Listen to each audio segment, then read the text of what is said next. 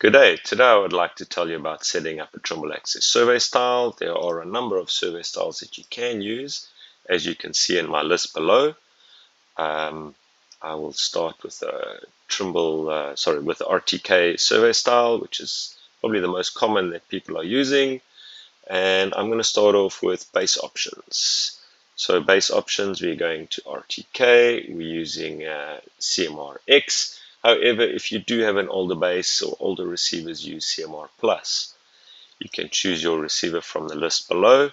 However, if you do have it chosen incorrectly, Trimble Access will tell you and then adjust it accordingly.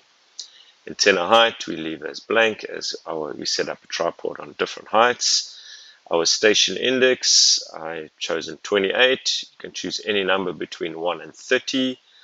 We leave our elevation mask at 10 degrees and we select all the constellations. However, if your receiver is not configured to these constellations, it will advise you and adjust it accordingly when you start the survey. The next aspect that we're going to go through is the base data link, and that can either be perhaps you've got an external radio, a TDL 450, whether it's a 450 the Bluetooth radio or the L or the older ones. You can go through and choose the list over there. The next aspect is setting up your topo point, which is going to be generic for all your survey styles, and I like to set it up like this.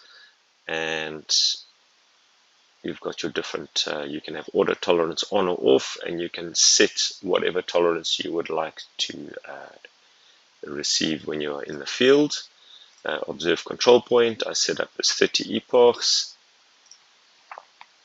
Jump over to stakeout. I change it to design name and last code used. And site calibration, I prefer to use constant adjustment only.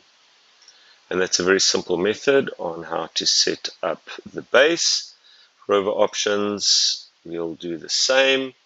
CMRX, the R12i, and with the tilts.